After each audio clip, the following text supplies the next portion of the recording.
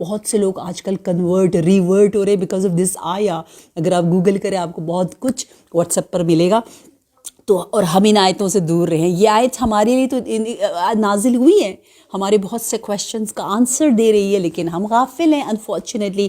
تو والمتصدقین والمتصدقات، یعنی اس کا مطلب یہ ہے کہ خواتین اپنے مال و دولت اور پراپرٹی اور جو بلانگنگ ہے، جو ارننگ ہے، جو بھی ہے، اس کو ارث میں ملا، اس کو گفٹ میں ملا، اس نے ارن کیا، اس نے جاب کیا، جو بھی کچھ ہے اس میں وہ پوری آزاد، اس کا پورا اس کے اوپر تسلط حاصل ہے. وہ اس کی مالک ہے، جہاں چاہیں جیسے چاہیں وہ خرچ کرے، ایکٹیو رہے معاشرے میں، کام کرے وہ معاشرے میں.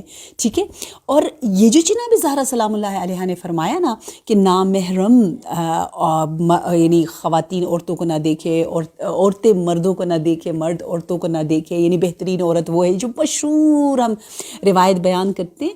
تو ہم نے تھوڑا سا کبھی کبھی اس کو نیگیٹیولی لے لیا ہے. ٹھیک ہے. میں اس لیے بتا رہی ہوں تاکہ آپ کو پتہ چلے کہ اب یہ باتیں کلیئر ہوں گی تو آٹومیٹکلی آپ بہت ایک ایکٹیو زندگی گزارے ہوگے، بیلنس ماڈریشن کے ساتھ زندگی گزارے ہوگے، بیکاز آپ کو ایک ویژن مل جائے گا، فاطمی ویژن، فاطمی سوچ. فاطمی ویژن اور سوچ کے لیے یہ سمجھنا ضروری ہے کہ جناب سیدہ نے جب فرمایا کہ بہتر یہ ہے خواتین کے لیے کہ وہ اسے کوئی مرد نہ دیکھے. ٹھیک ہے. اس کا کیا مطلب ہے؟ اس کا مطلب یہ تھوڑی ہے کہ خدا نخواستہ جو خواتین کے اندر اللہ نے جو صلاحیتیں دی ہیں وہ زندان میں چلی جائے. پردے کا مطلب یہ ہے کہ شی loves to do something, she is so skillful, ماشاء اللہ بہت برائٹ ہے، بہت انٹیلیجنٹ ہے، اگر اس کو موقع ملتا تو اتنی سوسائٹی کی خدمت کر سکتی، بس جسٹ بیکاز آف حجاب she can't do this and that and یہ ایسا نہیں ہے. دیکھیے آپ اگر جناب سیدہ کے انسٹیٹیوٹ کو اسٹڈی کریں، اس میں داخلہ لے لیں، تو آپ کو کبھی ایسا نہیں ملے گا. جناب سیدہ کی درسگاہ میں عورت کو گھر سے باہر نکلنے کی کوئی ممانعت نہیں ہے. علم حاصل کرنا بلکہ واجب ہے، اقتصادی اور فائنینشلی اس کو ایکٹیو ہونا اور ایک مقصد کے خاطر کوئی ارننگ کرنا حلال ہی نہیں، بہت سی جگہوں پر مستحب ہے، اور کوئی ایسا ارننگ ایریا نہیں ہے جو مرد کے لیے حلال ہو، عورت کے لیے حرام ہو. ایسا نہیں ہے کہ مرد یہ بزنس کر سکتے ہیں، خواتین یہ والا بزنس نہیں کر سکتی، صرف وہ بزنس کے اینگل سے اگر دیکھا جائے تو بالکل نہیں ہے. تو جناب سیدہ کیا فرما رہی ہیں؟ آپ ہمیں یہ درس دے رہی ہیں کہ ہاتھ یا آپ کے کھلے ہیں، چہرہ آپ کا کھلا ہے، جاؤ کام کرو. ہاتھ اور چہرہ نکال کر اگر آپ اجتماع میں ایکٹیو ہو جاتے ہو اور کام کرتے ہو تو آپ محروم نہیں ہو. محرومی یہ ہے کہ آپ نے بہت زیادہ اپنی بیوٹیز کو ظاہر کر دیا، جس کی وجہ سے شہوت، لسٹ اور عجیب وہ مکس گندا جو ماحول بناتے، یہ آپ کو ڈپرائیو کرتا ہے، آپ کے اس گروتھ، اس اچیومنٹ، معاشرہ آگے کی طرف نہیں جاتا. پتہ ہے جناب زہرا یہ جو فرما رہی ہیں نا کہ بہتر یہ ہے کہ کوئی مرد عورت کو نہ دیکھے نامحرم، یعنی اس کا مطلب یہ ہے کہ ایسا پاک ماحول بناؤ، ٹھیک ہے، اتنا خوبصورت ہو، حدود کا خیال رکھا جائے. اور ایک اور اس کا جو بہت مزے کا شاید آپ نے کبھی اس اینگل سے نہ سنا ہو، وہ مطلب یہ کہ خواتین اپنی جو ضروریات، جو ان کے امور ہے، اس کی مینجمنٹ اور اس کے حل کو خود اپنے ذمے لے لیں. یعنی سی او خواتین ہوں، آج کل سی او کم ہی ہوتی ہیں خواتین افسوس کے ساتھ. تو بی بی کی اس حدیث سے یہ پتہ چل رہا ہے کہ روحانی، معنوی، اسپرچوالٹی کے لحاظ سے، آخرت کے لحاظ سے، ایمان کے لحاظ سے یہ جو کہا گیا خواتین نامحرموں سے دور رہے، یعنی پاک ماحول رکھیں، یعنی خواتین خود کفا ہو جائیں، خود رشد کریں، مردوں کی محتاج نہ رہیں.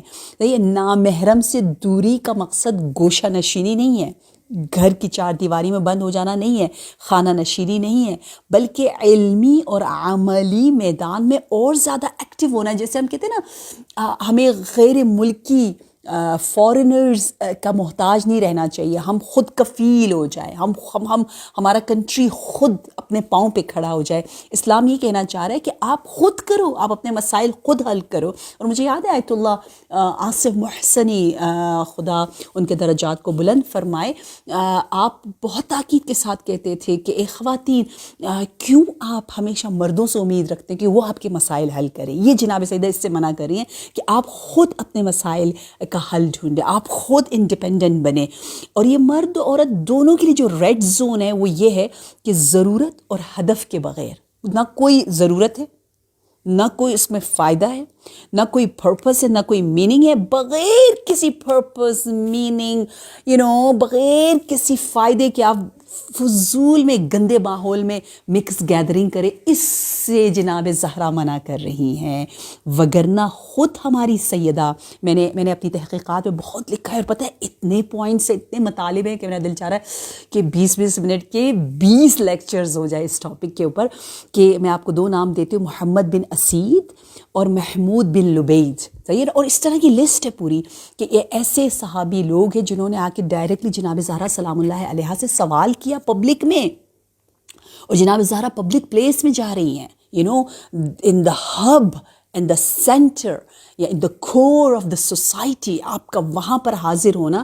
تو باقاعدہ محمد بن اسید نے تو جب دیکھا جناب زہرا سلام اللہ علیہا جناب حمزہ کی قبر پر تشریف فرما ہے, تو باقاعدہ سوال کیا, پوچھا کہ رحلت رسول کے بعد جب جناب سیدہ کو وہاں دیکھا تو کہا کیوں امام علی علیہ السلام نے کوئی سٹیپ نہیں لیا, کیا وجہ ہے. تو جناب سیدہ کی وہ حدیث سے بہت لمبی موجود ہے. اور دوسرا جو بندہ ہے محمد بن لبید, اس نے بھی پوچھا, تو جناب سیدہ سلام اللہ علیہ نے جواب دیا. اور اس طرح کے بے شمار آپ کو اصحاب مرد ملتے ہیں جو کہ جناب سیدہ سے آ کر سوال کرتے تھے.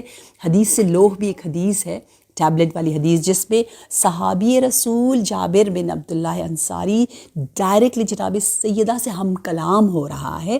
اور ایک اور بھی ہے کہ جب امام علی علیہ السلام کی امامت پر بات آئی رحلت رسول کے بعد, تو لوگوں نے جب جناب زہرا کے گھر پر ہجوم ابھی جلانے سے پہلے لوگ آئے, تو دختر رسول صلی اللہ علیہ وسلم گھر سے باہر نکلی, اور مدینہ کی گھر کے باہر کی جو گلی میں لوگ کھڑے تھے, اور آپ نے اس گلی میں کھڑے ہو کے گھر سے باہر گلی میں تشریف لا کر گلی میں ایک خطبہ دیا, جسے ہم خطبہ وسطیٰ کہتے ہیں. تو خطبہ کبریٰ ہے, صغریٰ ہے اور وسطیٰ ہے, اور اتنی خوبصورت باتیں کہی ہیں کہ یہ چھوٹا موٹا اتنے مزے کے خطبے ہیں کہ جس کو ہم آسانی سے یاد بھی کر سکتے ہیں. تو کیا پتہ چلا کہ وہ جناب زہرا سلام اللہ علیہا جو خود فرماتی ہیں کہ خواتین کو محرم نامحرم اور بہت حیا اور عفت کے ماحول میں رہنا چاہیے, وہی سیدہ ہمیں اجتماع میں بہت زیادہ ایکٹیو نظر آتی ہیں. اور باقاعدہ روایات میں تاریخ میں موجود ہے, کانت تعود مرضاہم, جناب سیدہ بیماروں کی عیادت کے لیے تشریف لے جاتی تھی. اعلموا انی فاطمہ میں لکھا ہے کہ جناب سیدہ جناب زینب کبریٰ سلام اللہ علیہا کے بارے میں بھی ہے کہ وہ فقیروں کے گھر کھانا لے کر جاتی تھی رات کی تاریکی میں, رات کے وقت جس طرح معصومین جاتے تھے, اور جو بوڑھی خواتین ہوتی تھیں, یتیم بچے ہوتے تھے, ان کے پاس جاتی تھی, انہیں اطعام کرتی تھی, مستحق ہمسایوں کے گھر جاتی تھی.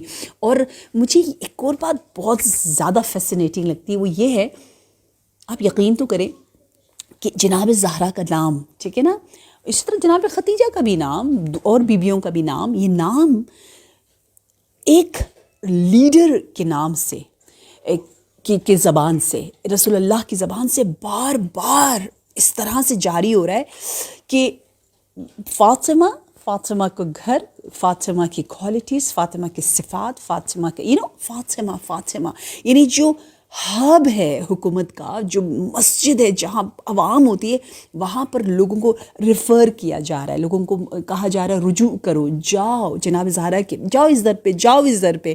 And I have so many evidence. یہ روایت ہے کہ رسول اللہ صلی اللہ علیہ وآلہ وسلم نے جب دیکھا لوگ محتاج ہو کر آتے تھے, ہر طرح کی احتیاج, تو انطلق الی منزل کہتے تھے جاؤ جاؤ انطلق الی حجرت فاطمہ، بہت لمبی مزے کی حدیث ہے تو میں اس کو بیان نہیں کر رہی، یعنی جاؤ فاطمہ کے حجرے کی جانب، وہاں تمہاری ہر ضرورت کو پورا کیا جائے گا۔ کیا ضرورت ہے؟ کیوں مردوں کو بھیج رہے ہیں؟ کیوں مردوں کے سامنے بار بار نام لیا جا رہا ہے؟ کیوں ہمارے رسول اللہ اپنی بیویوں کو جنگوں میں باری باری قرعہ کشی کر کے لے جاتے تھے؟ کیا وجہ ہے؟ یہ کیا ہے؟ یہ کیا ہے؟ ذرا آپ مجھے بتائیں تو صحیح۔ اور پھر اگر آپ عصر رسول کو اسٹڈی کریں نا تو آپ کے بہت سے کنفیوژن کا آپ کو جواب مل جائے گا کہ ایک بیلنس لائف کیسی گزارنی ہے۔ کہ عصر رسول میں، عصر امام علی علیہ السلام میں خواتین کی ایک بڑی بیلنس زندگی ہوتی تھی، اور وہ گھر کا کام اور گھر کے باہر کے کام اور سب کو اتنا اچھا بیلنس کرتی تھی۔ دیکھیں میں نے ایک لسٹ بنائی ہے کہ کون کون سے کام اور جابس خواتین کرتی تھیں، باقاعدہ لکھا ہوا ہے بیوٹیشن میں تو خواتین بہت آگے تھی۔ اور پتہ ہے اسلام سے پہلے جیسے ام رعلہ نے آ کر رسول اللہ سے کہا، ام رعلہ کہہ رہی ہے کہ میں اسلام سے پہلے خواتین کو تیار کرتی تھی، اور پتہ نہیں آئلنگ کرنا اور کیریٹین اس زمانے کا کرنا، اور اسکن کے لیے آپ کو پتہ ہے صدر اور یہ میکسیکن باتھ اور یہ سب بیوٹی کے لیے بہت زیادہ ابھی بھی آپ کو ان ممالک میں نظر آتا ہے۔ تو میں یہ کرتی ہوں محرموں کے لیے، تو کیا میں کروں؟ تو نبی صلی اللہ علیہ وسلم نے فرمایا ضرور یہ کام انجام دو۔ ام ظفر جناب خدیجۃ الکبریٰ سلام اللہ علیہا کی ہیئر ڈریسر ہے اور بیوٹیشن کا کام۔ نمبر 2 جو بتایا گیا ہے وہ لائف اسٹاک کا کام، اینیملز کے ساتھ بزنس، ہینڈ جو کرافٹ کا کام ہے، نرسنگ کا کام ہے، اور لیدر کے ساتھ جو کام کیا کرتی تھی جس کو ہم کہتے ہیں ٹیننگ دا لیدر، اور اسی طرح واچر سپلائی کرنے کا، کوکنگ کا، وار میں اپنا ایک پورے جاب کی شکل میں، نٹنگ ہے، ٹیکسٹائل کا بزنس خواتین کے ہاتھ میں تھا، اور ایک کارپینٹر اتنے مزے کی تھی، میں آپ کو کچھ نام بتاؤں گی۔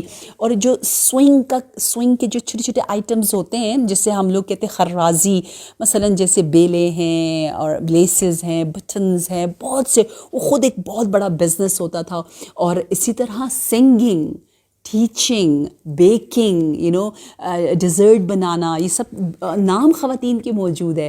اور سنگنگ ان دیٹ سینس کہ محرم جیسے شادیوں میں آپ گا سکتے ہیں، جیسے قصیدے گاتے ہیں، تو باقاعدہ وہ بھی ایک کام تھا، جاب تھا، پروفیشن تھا، اور یہ خواتین کرتی تھی۔ نبی صلی اللہ علیہ وسلم سے پوچھتی تھی، عطر بیچنا اور بہت سی چیزیں جو تجارت، جس کا میں نے نام دیا، جیسے حولہ جناب خدیجۃ الکبریٰ کی دوست جو کہ پرفیوم سیلر تھی، اور ان کی پوری سٹوری میں نے اپنی کتابوں میں لکھا ہے۔ اگر آپ ریگولرلی مجھے سنتے ہیں تو you know how much I talk about all this fascinating female lore of اہل البیت علیہم السلام۔ تو میں آپ کو جلدی سے مثال دیتی ہوں، ہمارے پاس ٹائم بہت کم ہے، کہ عبداللہ بن مسعود کی بیوی رائتا، کتنا پیارا نام ہے، طا ہے، طوئے کے ساتھ، وہ ہینڈ کرافٹ کر کے گھر کا خرچہ نکالتی تھی۔ اور جب یہ آیت نازل ہوئی نا کہ صدقہ دینے والی خواتین، تو اس نے کہا یا رسول اللہ کاش میرے پاس اضافی پیسے ہوتے تو میں صدقہ دیتی۔ تو رسول نے فرمایا یہ تم گھر والوں کی مدد کرتی ہو، تمہیں ثواب صدقے کا ملے گا۔ اسی طرح زینب بن جہش جو رسول اللہ کی زوجہ ہے، کہتی وہ اتنی زبردست ووڈ اور کارپینٹنگ کا کام کرتی تھی، کہتے ہیں جو باکسز وہ بناتی تھی بہت پیارے، ایون تابوت سازی کا کام، وہ بڑا مشکل کام ہوتا تھا وہ کرنا۔ اور اسی انداز سے کہتے ہیں اتنی پاک نیتی سے ہینڈ کرافٹ کا کام کرتی تھی، نیت یہ تھی کہ میں اس کے ذریعے صدقہ دوں گی، محروموں کی مدد کروں، میننگ فل بزنس، بزنس میں بھی ایک بیوٹی، ایک میننگ ہے، ایک پرپز ہے۔ زوجہ رسول سودا کے بارے میں ہے کہ وہ لیدر کا کام کرنا، مشکیزیں بنانا اور راہ خدا میں اس کو بیچ کر اس کو منافع دے دینا۔ ماریا زوجہ رسول کے بارے میں ہے کہ وہ بھٹی کا کام کرتی تھی، مثلا جو بلڈنگ سے ریلیٹڈ جو کام ہے، اس کتنا مشکل کام ہے، ان سب کاموں میں بھی بہت زیادہ آگے تھی۔ ایمن کے بارے میں ہے کہ وہ ڈیزرٹس بہت اچھے بنا کر بیچا کرتی تھی، یعنی ایسا نہیں ہے۔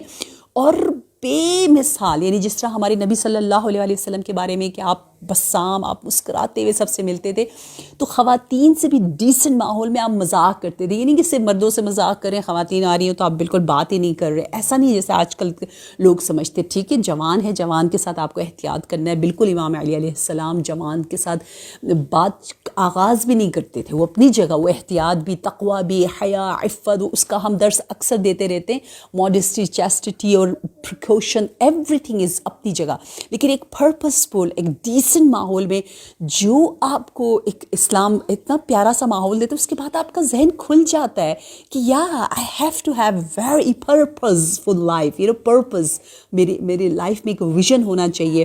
دیکھیں خیرہ جو کہ بنت ابی حدر اسلمی ہیں، کہتے ہیں مسجد دمشق میں درس دیا کرتی تھی اور عبد الملک ان کے درس کو سننے آتے تھے. جس طرح جناب نفیسہ کے لیکچرز میں امام شافعی آ کر بیٹھتے تھے. ٹھیک ہے، سودائے ہمدانی کے بارے میں آپ کو پتہ ہے، جنگ صفین میں جس گھوڑے پر وہ سوار تھیں اور جس انداز سے وہ مجاہدوں کو ترغیب دلا رہی تھی، اسپیچ خطبے دے رہی تھی، اس سب کو امام علی علیہ السلام نے پسند کیا. تو ایک خاتون ہے، مجاہد مردوں کے درمیان آ رہی ہیں، باقی تو سارے کام کر رہی ہیں، nursing and cooking and every thing, but یہاں لیکچرنگ بھی کر رہی ہیں. انہیں ایموشنلی اچھے انداز سے اہل بیت کا ذکر کر کے انہیں امام علی کی امامت پہ ثابت قدم کر رہی ہیں. That is the role of the women. So کون سا کام ہے جو خواتین نے نہیں کیا؟ تو انشاءاللہ ہم سمجھیں کہ اسلام کبھی نہیں چاہتا آپ بیکار بیٹھی رہیں اور ڈرامے دیکھتی رہیں، کبھی نہیں چاہتا. اسلام چاہتا ہے کہ آپ کو خود پتہ ہو نماز کب پڑھنی ہے، اور بچے کے ساتھ گھر والوں